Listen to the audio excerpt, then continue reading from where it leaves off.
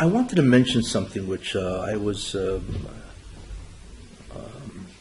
to a shiva this week, whatever. Somebody was talking there about the gedolim of the previous generations and so on, and the gedolim even of the previous the Amoraim and the Tanoim and so on, and he was saying things, that they're like pillars of fire and so on and so forth. But I had a thought, because I think a lot of people make a tremendous mistake, and I felt that this person also had made a mistake, because in the end, when you compare yourself to the previous generations, whatever they are, then we wind up being absolutely insignificant. That's what you get the feeling. Like monkeys. Not even monkeys, like lice.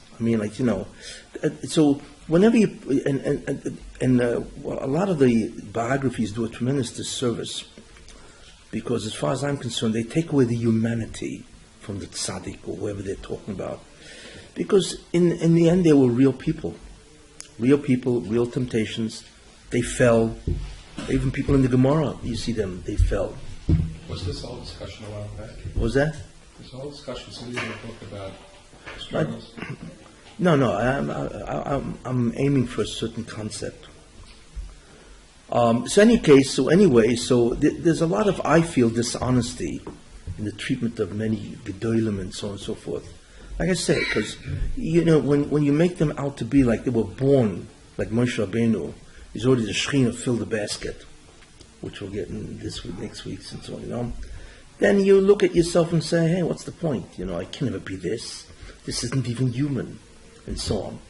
So I feel that's a tremendous. That leads to yush, resignation, and abandonment. Because a person says, what's the point? You can't be this. And if this is what is desired, it's over with. I feel that's a tremendous dishonesty in terms of what the emes is. And that's what I wanted to just comment on, a couple of ideas which I felt was worthwhile. People make a tremendous mistake in terms of the stature of a person. And that doesn't make any difference who it is. There's three ideas, at least three ideas or categories that you could distinguish in people. The first is how much they know, the intellectual ability, yedias, And there's no question, even today, even the last generation, Rav Moshe Feinstein, he was a Sahatorah. It was awesome what he knew, And many other Gedolim, the same awesome, in terms of what they knew, Rabbi Yashiv, from the previous generation and so on, and then you go back further from that, you have Goinim, Rogatchover, you have the Vilna Goin. There's no question that as you go back and so on, there were people that had astounding mastery of incredible amount of Torah. It's hard to believe where they got the time to acquire all this. They were married, they had kids, and so on. Where they get the time for all this and so on. But without going into the Siyata Dishmaya that they have, there's no question that they were tremendously superior in many ways to what's going on today. And when you go back further, the Rishonim, right, the Achronim, the Rishonim, the Rambam, Rashi, Tosfos, and so on, forget about it. There were obviously masses of the whole Kol HaTorah Kula, masses of Shas. And then you go back before that, the Goinim, the Rabbonim Sfaroim, and then you go to the Amoraim, Rav and Abaye. You can't even. It's hard to imagine what they were. I think Rav died. He was 33 years old. He's in his 30s. Abaye lived a little longer because the Gemara says he did Chesed. But do you know that there's not one, that if you go to Shas, the 3 pages never passes without Rav's name being mentioned? Are you aware of that? Astounding. What he knew. And he's only, what is he, in his 30s? Like, what is that? It's incredible. This is not even, this is not natural for a person to have acquired that kind of ideas. Even in our time, the Ari, he died, he was 38. He was an incredible master of Kabbalah and so on. And the Ramchal died at 40, what he knew. and so on, but when you go back to Tanoim Amoraim, and I'm not even, then you go back further to that, you go back to the Zugas, the pairs, and the Nevi'im. What do we got to say? Right? It's almost like you feel you might as well pack up and go home and try something else out. Maybe you'll be successful there. Yeah, that's what crosses people's minds when you hear about this. And because you see the incredible intellectual superiority of these people, what they knew and how much they mastered, and the Baal Halacha. I mean, there's a person, the Stei Chemet, Chizkiyahu de Medini. He wrote the Stei Chemet. That's like, 10, 12, 15 volumes? By himself. He wrote an entire encyclopedia by himself. Now, who can do that? And he died, what is it done, maybe 100 years ago, something like that. And so on. So there's clearly an incredible intellectual distinction between us and them. So that's the first idea. Second idea is Kedusha, holiness. They are much holier than we are. They have tremendous Kedusha, and so on. In fact, even the Gemara wonders, we are much less in Kedusha than they. So the Gemara asks why. So the Gemara comes out that they were unbelievably moist nefesh for Torah, and therefore their Kedusha level. Remember, I'm not talking about the Yediyah level, the knowledge that they had. I'm talking about their holiness, that they were incredibly committed to the Avodah and to the Rebbeinu Shalom. So therefore, they were incredibly holy people. What are you defining as Kedusha? Yeah, I know. It's not, Kedusha is a very, very difficult word to describe. Very, But I imagine if I had to look at the word Kedusha, what it means is to be apart or be separate from. Kedoshim Tiyu means you will be separate from, you will be apart from materialism and gashmis and so on. And what that does, when a person separates himself from gashmis for the sake of being more spiritual, then there's something about him that becomes spiritual. Whatever it is, there's something about him that becomes ruchnius. And it's very hard to distinguish, and so on. I consider myself very unfortunate that I was able to see some of this. I remember I once many years ago, the Biana Rebbe, Mordechai Shlomo Freeman, and so on. I remember I was once in his. He was lighting Hanukkah lights, and it was in his room upstairs in his house. And it was packed, and I was able to slip into that room, I remember I looked around and say, what in the world am I feeling? I could sense and feel an incredible Kedusha. I cannot describe that feeling, but if I could package it and sell it, it'd be unbelievable, But there was a distinct feeling of enormous Kedusha that was coming out of that man. So what was it?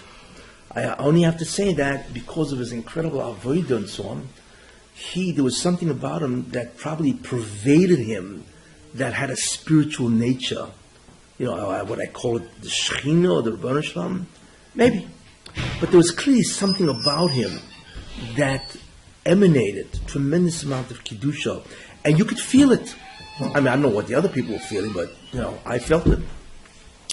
So I have to say that. So maybe you could look at Kedusha where if you tremendously oived, then you become spiritual. And spirituality is not merely that you avoid materialism, gashmias, and pleasures and temptations. There's something about a person that changes, and there's something, I would say, it's like the person is invaded, use an expression like that, with some type of a divine presence. I would describe it. I remember the last time I saw Rabbi Moshe Feinstein, who I learned in yeshiva many years ago, and I remember the last time, and he was an older person, this was 1979, he was nifted in 1986, so he must have been like 85, and And I remember, so there was a reason why I had to be there with some other people. Anyway, so I remember I looked at him, and like his face shone, and he didn't put any cosmetics on, There was some type of a brightness coming out of his face, and I noticed it. I said, like, wow, what is that? I don't know if he was aware of it, but there was an incredible shine, brightness, that just came out of his face, out of his eyes, whatever. So that's the concept of Kedusha. So therefore, Jews different Kedusha. So that's a second dimension, if I may say, right? So the first dimension is what? Is Yediyah, knowledge.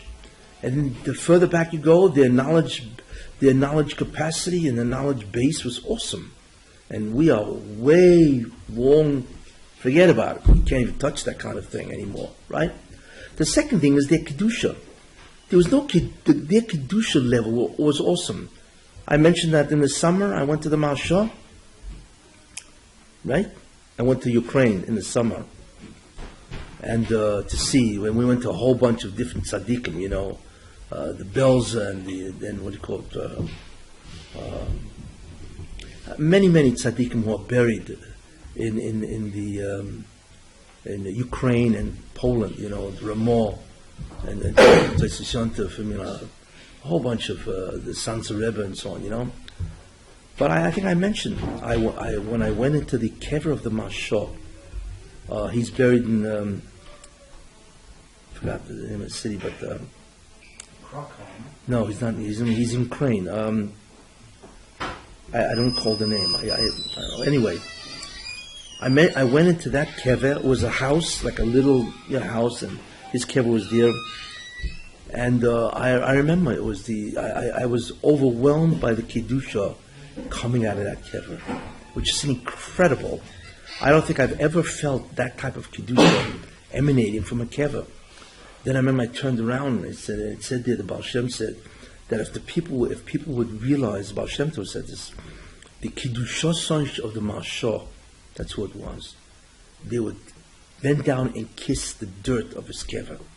He's right. It was just an awesome. Now, what was that? Mashah is not even alive. There's an incredible aspect of the Shekhinah, probably, that is connected to this person's neshama, which is awesome. I just have to tell you, it was an awesome experience. Anyway, so what I want to bring out is that the second havchana, or difference between people, or rather the earlier generations and this generation. So then we think about that, we're finished. We neither have the knowledge that they had, we certainly don't have the kedusha that they had, because we don't have the avodah that they have. They were tremendous ovdim. We hear stories about that. They'd learn all night to make sure they didn't fall asleep. They put their foot into a pail of ice water. But who does that today? You know what I'm saying? It's unheard of. Their dedication, their devotion toward mitzvahs, toward the Rebbeinu Shalom, is incredible today. Nobody does that. When was the last time you put your foot into a bucket of ice to make sure that you wouldn't stop learning? And it's 3 a.m., by the way. We're not talking about during the day. It's 3 a.m., Nobody does that, and so on. So the question is, what about us? Are we the stragglers? What was the third one? Well, the first one was Yediyas, Right. knowledge. Second thing was Kedusha. Kedusha. So I'm not the third one. So anyway, so this person was saying the previous generations, but I didn't interrupt him, but I want to tell him, you don't know what you're talking about. Because there's a third dimension. What is that? That's the question, It's not, of course, we cannot aspire to be that. But by the way, there is something that we are doing that it seems is greater than them. What? Who? No. And you see that. There's certain remarks that tzaddikim, what? We're staying afloat even in this generation. We're staying afloat. That's true. Yes, you're halfway there, but you're missing the main concept, although you're halfway there. So the question is, what about us? And the answer is, because there's a third category that in certain ways can make you greater than them. there's a very one of the big rebbes from Yisroel Merizhin, the Rizhin Rebbe, Yisroel Merizhin and so on. He once said, I don't know if I ever said this before, but he once said two remarkable statements. Okay, one is that in the door before the Mashiach, the Nisoyan, the test that we will have, will either be, I'm not sure if he said as great or greater than Yakedas Yitzchak. Wow. I mean, Yakedas Yitzchak, we've been taking that for 4,000 years, we've been eating from that schos, so to speak. So he said that it would be, I think, greater or as great or greater than Yakedas Yitzchak. Do you have any idea what that is? That means we who live in this generation are now involved in a Messiah that is great as Yitzchak, as Avram and Yitzchak. You see. So the question is, what does he mean? So he made a second statement, which is in many ways a clarification of the first. What type of an Nisayon was the Akedah really? Okay? So he said the Nisayon of the end of time, which is what we are in now, clearly, right, is this type of Nisayon. Imagine, remember Eliyahu on top of the Har Carmel, and he had thousands, hundreds of thousands of Jews that worshipped Baal, right? And finally Eliyahu said, okay, let's bury the hatchet, right? Here's the contest. You and I will go up the mountain, we will make two different Mizbeachs, right? And the one who God answers with a lightning bolt out of a clear sky, he's obviously the right one, and so on. So he went up, and he said to the worshippers of, I don't know hundreds, how many Jews there were at Har Carmel, where it was. Hundreds, thousands of Jews there, and they're all Baal worshippers, and so on. And so he said Eliyahu said to them, okay, you go first, right? And they're screaming, cutting themselves, you name it, to try to attract Baal, right? And of course they failed. They even tried to light a fire underneath their Mizbeach, but the Moshe had a snake under there, and he just killed them. That was it, But so then Eliyahu said, okay, your chance. And by Mincha, it was Eliyahu's turn, because they failed. The whole day they're screaming, nothing. And of course Eliyahu was mispaled by Mincha, and he said, Moshe, please, so on and so forth. And all of a sudden, a lightning bolt out of a clear sky. We're not talking about clouds. Water on the... What? He soaked the Mizbeach in water. Yeah, whatever. I'm not going into the whole plot, but a whole lightning bolt comes out of the sky. Consumes the entire sacrifice and the mizbech. I mean, it's just astounding. It's just an open miracle, But what happens if you were there, and all of a sudden you see there's Eliyahu on Har Carmel, right? Eliyahu Hanavi. I mean, he's among the greatest of the Nevi'im, right? And the other side is Baal, and all of a sudden a lightning bolt comes out on the Mizbeach of Baal, right? Not on the Mizbeach of Eliyahu. A lightning bolt comes out of a clear sky, right on Baal's Mizbeach, consumes that. What would you have thought? It's a problem. It's a problem. It's a real problem. It would have destroyed your emunah. I don't know if it destroyed your emunah, but you would have said, what? What is this? This sounds like... Misguided missile. Yeah. Today we'd say it's a misguided missile. It's very good. But in those days they didn't have any missiles. It wasn't misguided. The worship was masking with Baal. It's like God rejected his own test of that Judaism is the correct religion, and he agreed that Baal is the correct version of reality. And imagine 1 million Jews sitting there and saying, we don't believe what happened. That's what happened nowadays. What? Oh, wait. So the wait. Oh, you're shopping. So the Mishnah says, he explains, what do you mean the Akedah Yitzchak? What kind of a sign is that? We don't have that today. Nobody's offering up their kids to Molech, or wherever they're Molech, right? So he said, because today, it's the identical sign or test as the lightning hitting the Mizbeach of Baal. What is that? So to us, that would be what? What would be our conclusion? One is that, in other words, this is a completely irrational event based on our belief. In other words, it's an event that cannot happen. Yes? If Judaism is true, this cannot happen. So this would be an unbelievable, irrational event that we would struggle to figure out what in the world is going on. The Akedah was that. It was a completely irrational event. The Baruch Hashem said to Avram, there are many Nisyonis, right? You know, Kibi Yitzchak Yikron Chazorah, with Yitzchak will be your descendants. And then Baruch Hashem says, okay, kill him. So we know dead people, right, cannot descend, cannot carry on any kind of tradition and so on. It's irrational. It's impossible. That was the Akedah. The Akedah was an impossible, completely irrational Nisayon. That Avraham Avinu looked at and said, this cannot be. Yet Avraham Avinu said, Afal Pikain, and he did it. That's the greatness of Avraham Avinu. Why was that the last test? Why? Because that test is the test of the Jews in the end of time. The test of the Jews in the end of time is we live in a time that is absolutely irrational. Not that it's unknown. It makes no sense. Because we look around and God supports every evil, immorality, unethical, and so on. Every terrible kind of evil, it looks like He supports. Which is astounding, you know. Therefore, we live in a time of absolute irrationality. What's our struggle? Our struggle is to still be frum. It's to put on tefillin with this kind of a perspective. You know? And Echanami, millions of Jews have left the fold. And a lot of it is because, hey, we don't see you succeeding, we see everybody else succeeding. You know what I'm saying? You know? I read somewhere that they just came out with a movie. You know? They came out with a movie. It's called Star Wars.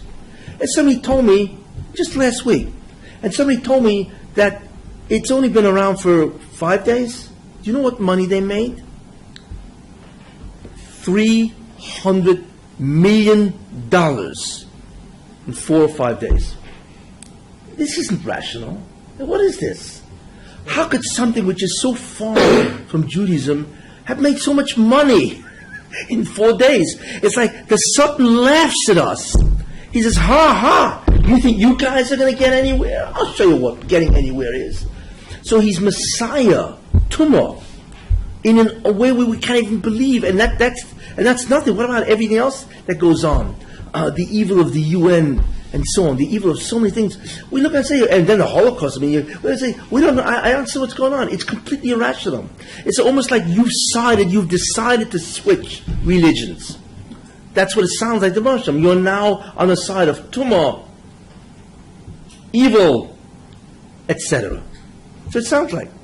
And we have to live in that generation, and we have to withstand the tremendous assault on our emunah, and go to shul the next day and put on film or whatever, right? Be Shem Shabbos and so on. You know, forget about Lakewood, where you have to sit and learn Torah, 10, 12 hours a day. You're giving up your whole life. You know what I'm saying? What does that mean? So, we don't beat them in Yediyah, million miles ahead of us in knowing mastery of Torah. We don't beat them in Kedusha, much holier than us.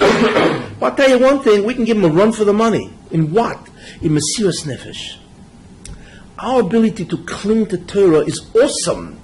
It's awesome. In that, I think we beat them. Because they never had a generation like this. And I want to tell you something, and this is important to know. So you're going to say to me, hey, okay, so we beat them in Mesiras Nefesh. My opinion. And it is. Based on what the original said, hey, it's like the Akedas Yitzchak. The greatest Nisayon of Avram was the Akedas Yitzchak. It's nothing that beat it.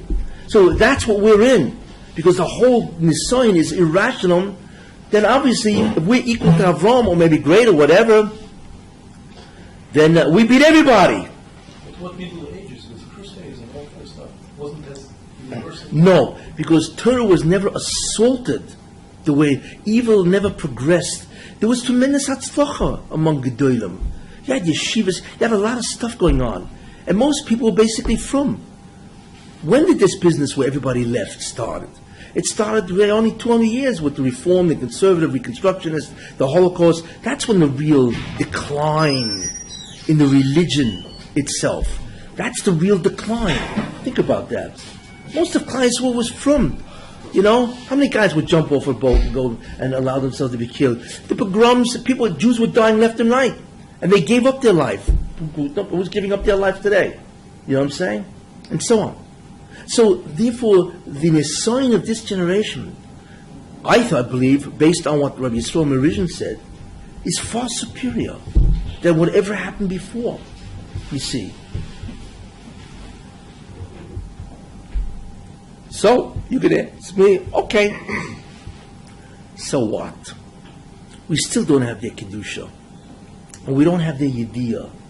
Okay, so we can walk over to the Rebbeinu Shalom and say, you know, we don't have any of this. We can just show you our struggle. You know, we can just show you what we try to avoid. It's like a negative avoider, you know. It's like a guy is in the ocean, right? And he's got a boat in the middle of the Atlantic, right? He has only one job, stay afloat. You know, he's not interested in money, getting ahead, right? Getting ahead in society, you know what I'm saying? Or sitting and reading books. He's not into that anymore. He just has to make sure that this man will eat every day and he won't plunge into the ocean. That's really our avodah. Our avodah, in many ways, we're lucky if we do anything. Daf Yomi is like, or any learning. We're lucky if we know anything today. You know, because our avodah isn't focused on positive; it's focused primarily on negative. Stay afloat. That's it. That's the Ika avodah of today. Don't drown. You know, so as they can show kedusha and turn all that, we can just show the bunch of them. Hey, we're still afloat. We didn't drown. You know, but we're empty. What do we really know? What kedusha do we have? What do we really know? So we have the avodah that we have is an absolute negative that we haven't drowned. What's that worth? That is the question. What I'm trying to do is distinguish the type of avodah that we have. So what's that worth? I will tell you. Okay? Because the major component of the schar of Yiddishkeit, Judaism, is the from Tzara Agro. That's what it is. You know. It's like the Vilna Gaon used to say, you know. They don't count dapim, how many blot you learned. They count hours. How many hours did you learn? That's the Mesiras Nefesh. That in the end is what the Rebbe Shalom wants. He wants to say to you, okay, what did you give up for me? Forget about what you acquired. But what did it take to achieve this? And in the end, that's the greatest avoid of all. And therefore, in Olam Haba, what's the bottom line in Olam Haba? Your heart. No. In Olam Haba, what is the bottom line, really? The bottom line is reward, isn't it? It's the schar. Everything else is irrelevant in Olam Haba. Whatever the form that schar takes. Right? So in the end, you have to ask yourself, what schar do they have and what do we have? I think we have a lot of schar. In certain ways, I think we have more schar than them. Why? Because our Mesiras Nefesh is incredible. Just to remain from is beyond belief. And like Rabbi Yisrael Merijan said, it's the avodah of the Akedah. We are in the avodah. Our environment is complete irrationality, where everything basically succeeds and we don't. See, you know. Doesn't Ramchal say in Mesilas Yesharim that a bunch of desires their tircha, their struggle that you have, more than anything else? Not if you succeed. How much do you struggle to try to succeed? That's what I'm saying. Isn't that what I'm saying? Once you struggle. I'm just. Oh, you're okay. Good. Okay, great. Getting Yeah. something to Yeah. And comment on. therefore, as far as I'm concerned, I may be wrong, but I think this generation and the previous one, when it was from the Holocaust and on, we have lived in a climate of absolute irrationality. We see the hatzlacha, right, of incredible evil. I mean, and even mild evil, whatever it is. I mean, America is a bankrupt country. It's immoral. I mean, homosexuality. I mean, it's astounding what goes on in America. Forget about the rest of the world. The Zemo and everything else that goes on in the rest of the world. So therefore, and the Jews are always the persecuted entity. I mean, everybody's after the Jews. We know that. The whole world is after the Jews, basically, and so on. And it's obviously, I mean, just look at the contradictions. It's incredible what they do, the double standards and so on. So therefore, the climate that we live in now is not really, although there are individuals that do it, is not really to be master of the Torah. 98% of the people, what are they master of? When you think about it, And it's not to be kedoshei. Yeah, there's always a couple of people that make it. The Moshe says, okay, I'll let you do what they used to do 1,000 years ago. 99% of Jews are into struggle to stay from, to do a mitzvah. That's their struggle. It's the easiest time, though. Especially with art scroll and yeshivas and you have everything at your fingertips. Yeah, because if it wasn't for them, if it wasn't for that, we wouldn't be anywhere. We wouldn't even have Torah. But the Moshe is not going to abandon us and say, well, I'm going to clearly remove the Torah from you. He wouldn't do that. So he's given us he's given us lights. In the old days, you had to have candles, right? You had to smell that wax, right? We have lights, we have air conditioning in the summer. Today you think, wow, yet why is it that 93% of Jews are gone with the lights and the air conditioning? You ever notice? And with the art scroll and all the Mesivta Shas and all the aids, as they say, to learn, right? Because what overwhelms us, even if we had all this, what's killing us is the incredible climate out there. There's an unbelievable ikuv. There's an obstacle to becoming an incredible tzaddik, kodesh, goyin. There are unbelievable obstacles. I don't care how easy they made it. So thank God, Hashem, that He didn't remove that. Imagine if you didn't have any of these.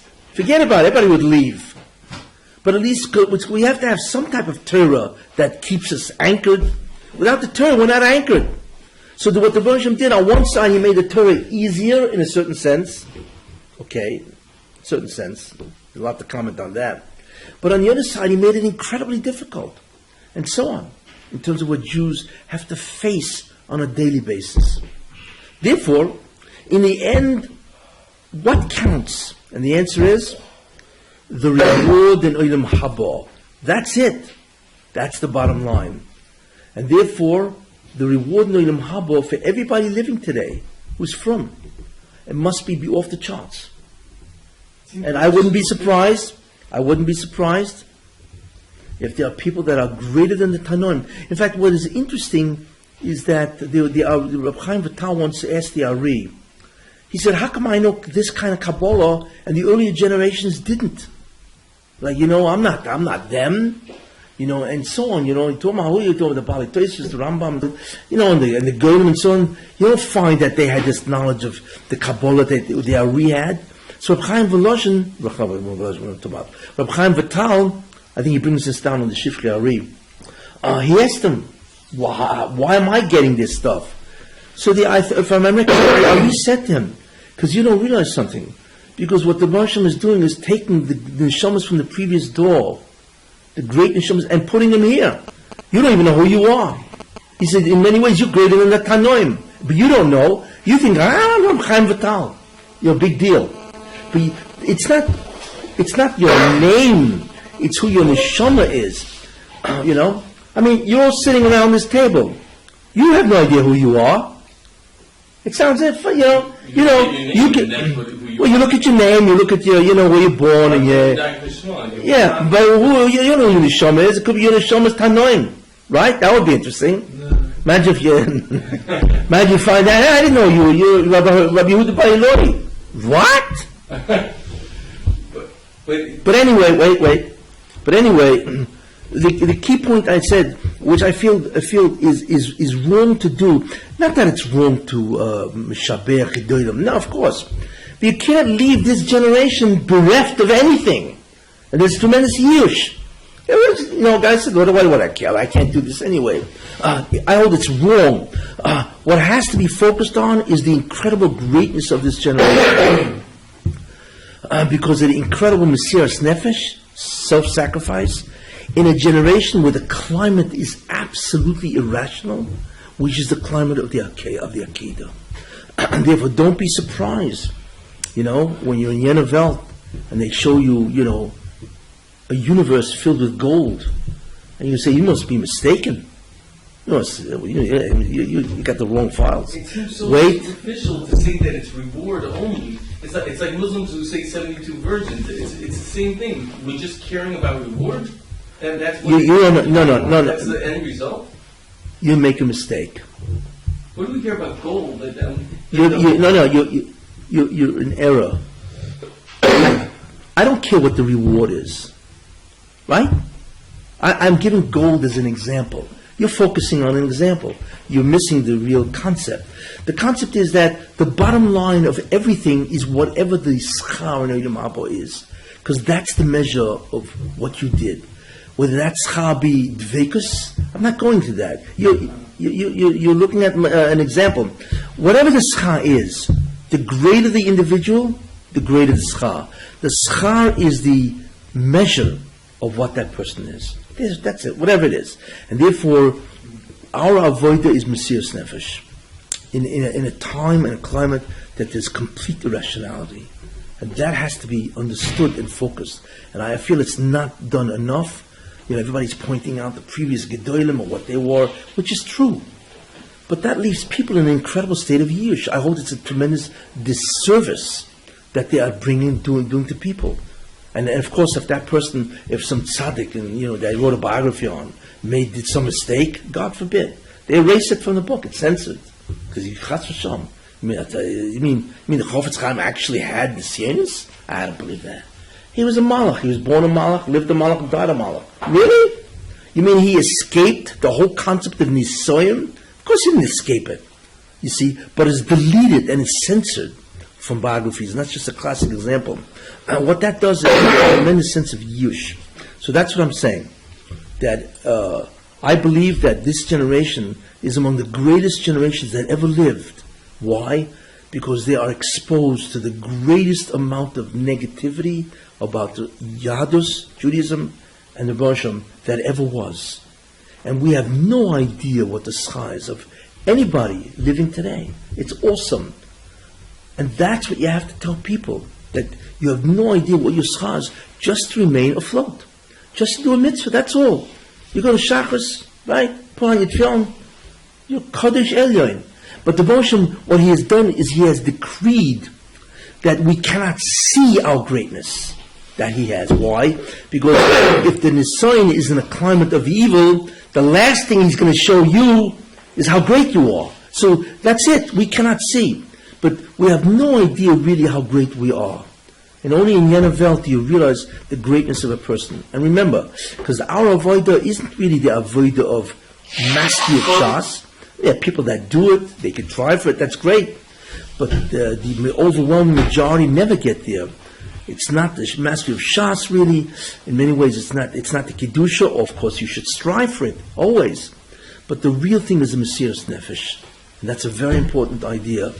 So therefore, I didn't say anything to the guy, but I disagree with him totally. If anything, I think if God ever said, I'm pulling up the shade, right? Or I'm pulling away the veil, right?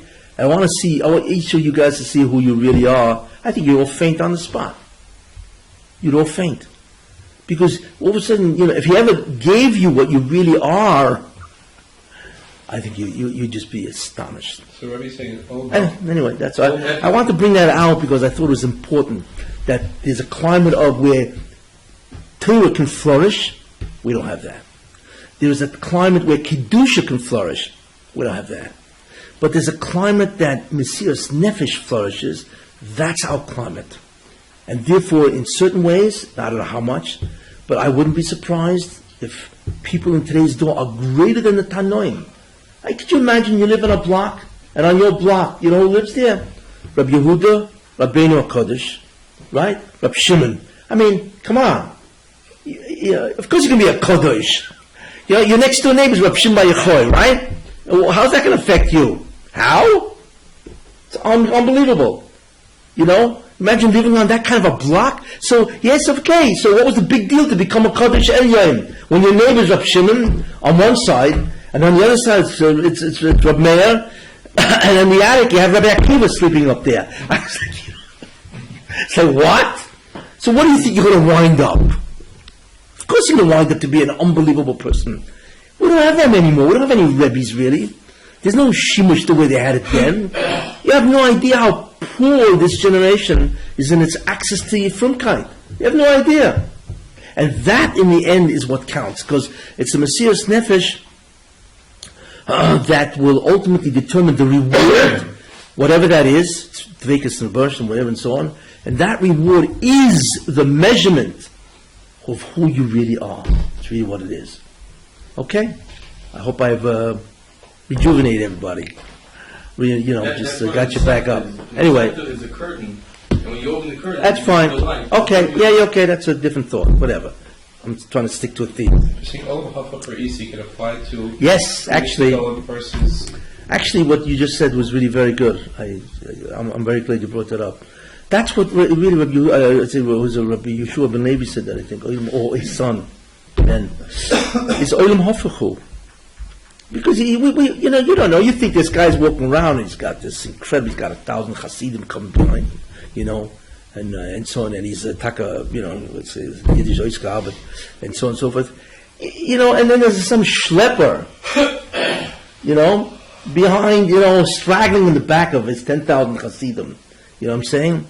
He may be worth more than the whole bunch. We would never know, because the Baruch has his own sense of humor. I only has a sense of humor, he's like, it's everything he does is surprising, including the people who are very great. And he said that, the son of Rabbi Yeshua ben Levi, Olam Hafachu, it's an upside down world. Whoever's great is small, and whoever's small is great. Look, the Katan and Shaita is Mekabel B'Nur. Who? The Katan and Shaita are always have a message from Hashem. And they're the lowest. Okay, could look at it that way, yes. Anyway, I thought I would just dwell on that, because I thought it was an important point to clearly delineate the difference in climates. And do not think because we live in such a low climate that we are therefore a bunch of schleppers. No. It's probably the greatest of all. What can I say? So you can all go home tonight and tell your wives, you have any idea who you're speaking to? But the truth is, she'll say to you, do you have any idea who you're speaking to? Because hey, I'm the guy, I'm the person behind you, and so on. Anyway, okay. Any questions before I go on? Only emotions. Only Emotions. emotions. Okay. I think I've said what I had to say.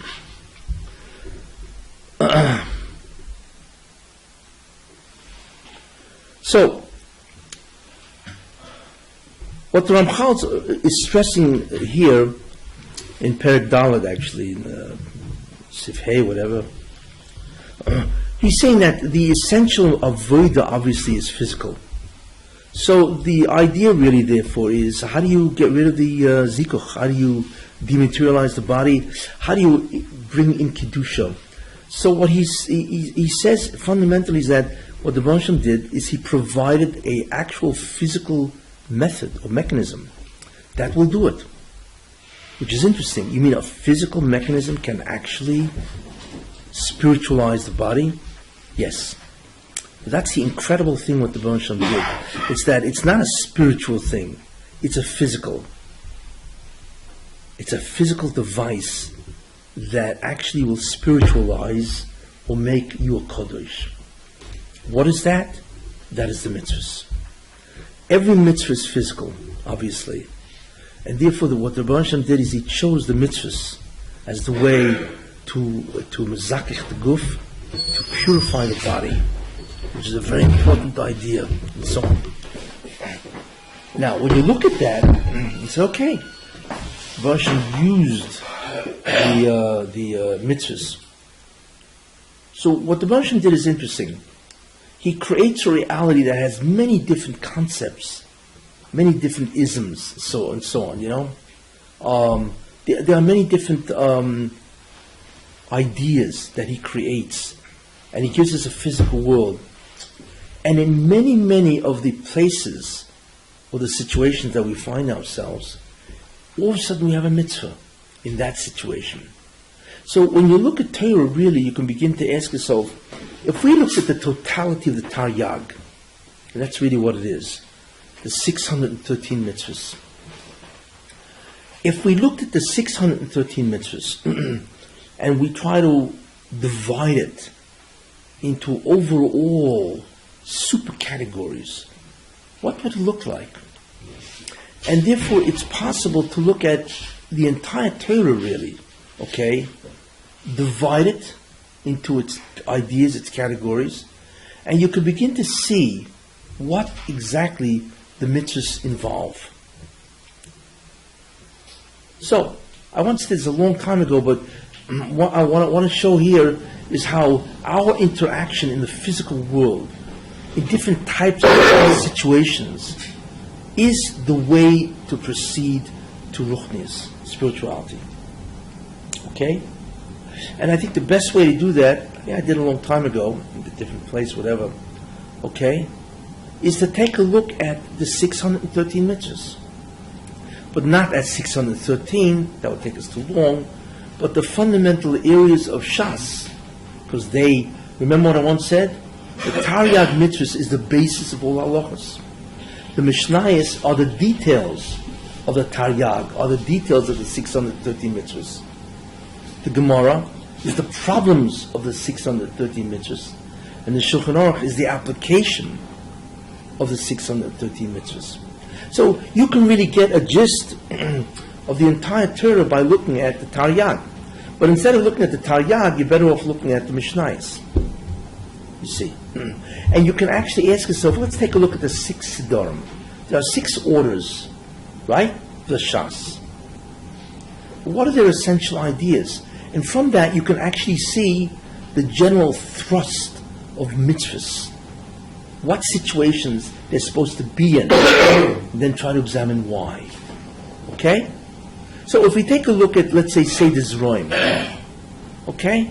Seder Zroim has Masechta Brachos, it has a lot of stuff. It has Truma, and Ma'aser Sheni, Ma'aser Rishon, Ola, Bikurim, Chala, Kelayim, Shvius. Has a lot of stuff, Pei and so on, right? What is the essential concept? And what is the essential mitzvah? And what is the essential situation that the entire Seder addresses? Food. Agriculture. What's the food? Giving away from Food, agriculture. What do you say? Giving away from Zir. Giving away from Zich. That's very interesting. Right? Giving away from Zich. Give me a Hebrew word for that. Oneness. No, not oneness. Oh, no. It's called matana. If you own something, yes? You own something, right? Do you want to give it away for free? Let's say I walk over to you. I say, hey, I want... You just schwitz the whole summer, the winter, whatever. You have this entire field. You got all the grain, the wheat, everything is growing there, right? And I walk over to you, and, you put money into it, time, effort, you name it. I walk over to you and say, maybe you give me 10% of it. I say, excuse me, what are you crazy? Yeah, you pay me for this. So you 10%. Forget brachas for a minute. I'm trying to build up to something, right? So you walk over and say, look, give me 10%. 10% of what? Well, let's see. There's, there's payah. Let me take a lot of the corners of the different things that, whatever going, the matanos of there's the corner that you have to leave. You have to leave, then the wheat thing, the stalks that fell, that you have to leave that, right? It's, all the 5 matanos of the pay and so on, right? And so on. So that you have to leave, right? And then I want 10% of your stuff. The coin comes over 10%. And then comes a Levi. You just got wiped out with the 10% here. In comes the Levi, and the Levi says, "Excuse me, 10%, right?" And then the Oni comes in. Then the Oni comes in, poor man, right? "Excuse me." So you've just been ripped off, right? 10%, 10%, 10%. Wow, and you can't believe what's going on here. That's what parents is doing.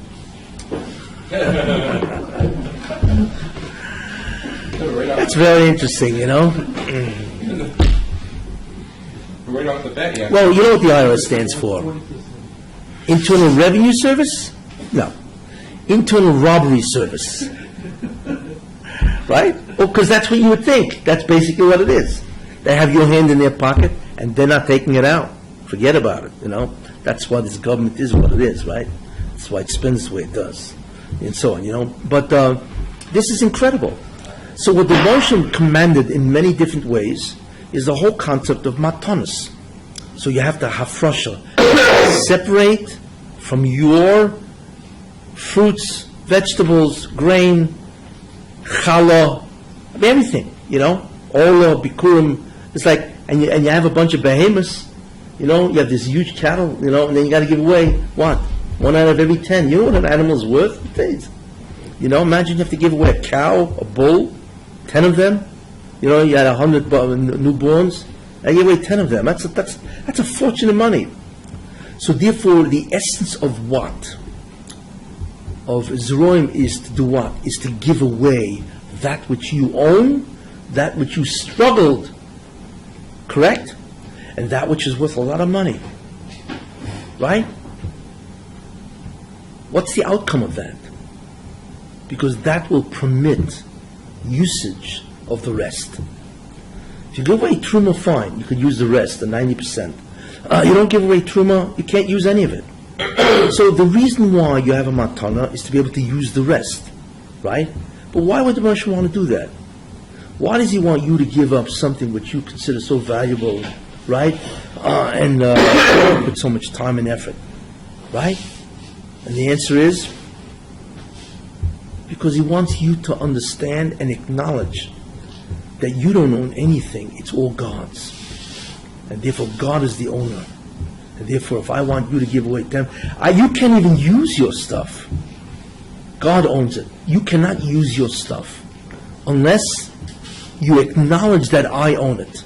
What's the best way to acknowledge that God owns it? You got to give away what you would never do. You got to give away what the Bansham says.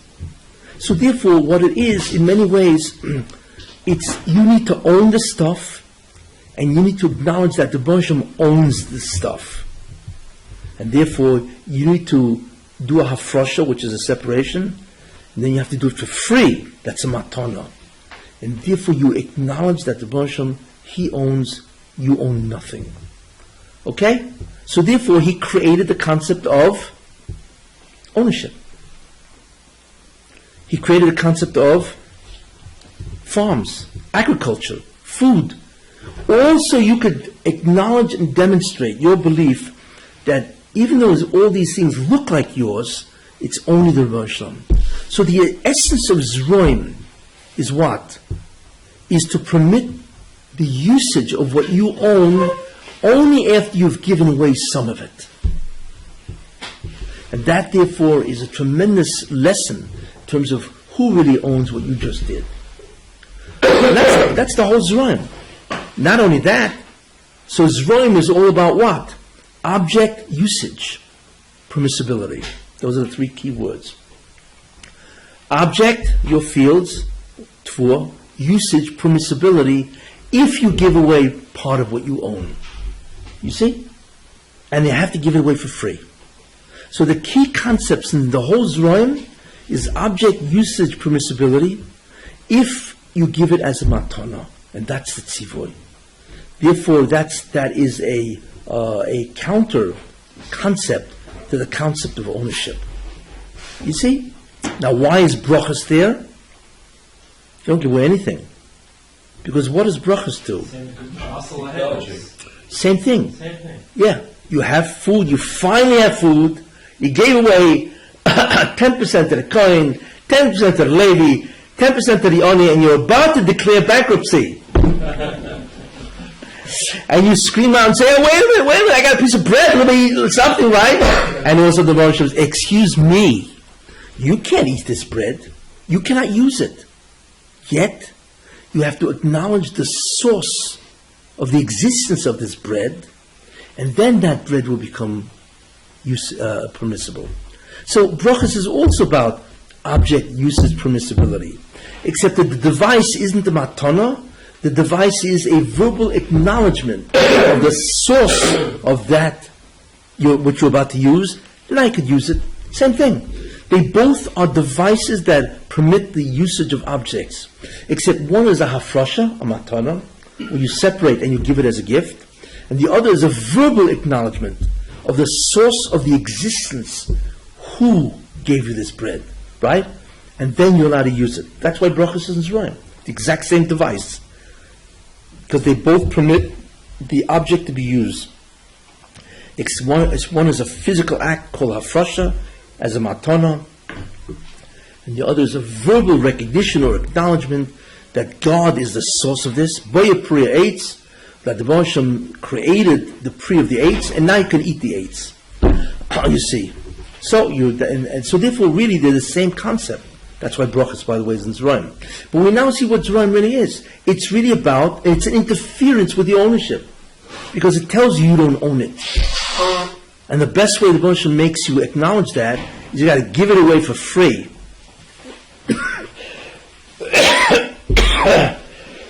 And therefore the Baruch Hashem created the concept of ownership and the concept of other things and so on. And that's what he wants you to acknowledge. That the relationship between you and the object that you own is really, he owns it. Okay? Great. So we did Zerayim. I'd like to do the rest of the mitzvahs using this approach next week. So, okay? And then we'll finish that. And then you'll have a concept of, you can actually look at the whole Shas in 6 ideas. It's interesting. And I'm not talking about one Masechta. Then if you look in the Masechtas of that Seder, you'll find that each one is nothing more than a section of that concept. It's like a wheel. You have the hub and spokes. What I'm telling you is the hub, the spokes, are with the individual Masechtas. And now you know what Trum is. Trum is a specific matana. So is Maisa Sheni. So is Maisa Rishon. So is Chala, Ola, Bikurim. And not only that, the Baruch Hashem not only tells you, you want to use this, you got to give it away. I'm going to tell you what you can't even use. So, which is what? Kilayim. You cannot use Kilayim. You see what I'm saying? Right? There are things you cannot do. Or Ola. You cannot use Ola. So, Seder Zerayim is all about what?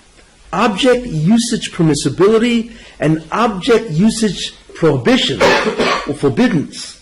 Right? Which is, so therefore the Baruch Hashem is clearly asserting to you, I own everything. And I can tell you what you can use, what you can't use, and not only that, even what you can use, when you could use it. When you made a bracha. That's why he created the concept called ownership. You see. Maybe that's what it's the first section. Before you start Shas, this is what you have to know. Okay, fine. But you understand that? So what we've just done is covered the entire Seder. And you'll notice every Masechta is nothing more than a subdivision of that concept. It's either object usage permissibility or object usage prohibition. It's one or the other. But in the end, God is telling you what you can do with your property. That's a real interference in ownership. Okay? And we'll do the other 5. So you'll actually, it's a great way of looking at the entire Shas. And all you have to do is then look at individual Masechtas, and you see how they all line up exactly from that concept. And then you realize that the entire Avodah is really basically just 6 ideas. That's really all it is in the Taryag. It's very useful to hear this type of thing. You know? Imagine learning the whole Shas. See those Shas? Make a Siyama Shas. Yeah, who's bringing in the pizza? We'll make a Siyama Shas. You know? Yeah. Because very few people look at Shas this way. You can actually look at the totality of Shas in 6 ideas. All of it.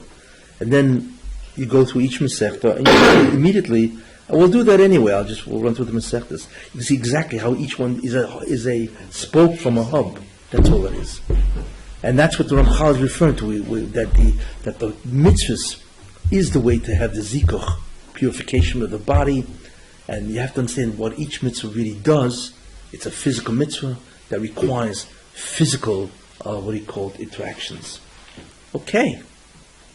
Any questions? We're gonna do that too? To what? This last thing. What mitzvahs, how mitzvahs exactly purify and... Yeah, well, I'll include that because I think I once said it, but I'll say it again. Yeah, how they purify. Yeah. If I forget, remind me. Well, how all this totality does it. Right now, we're seeing what are the mitzvahs and what he has to create in order for the mitzvahs to be operative. But then, how does it do it, and so on. Next week will be I'm leaving, so it'll be the end shir for this man. The last year before Mashiach comes? Who? The last year before Mashiach comes? I wish. But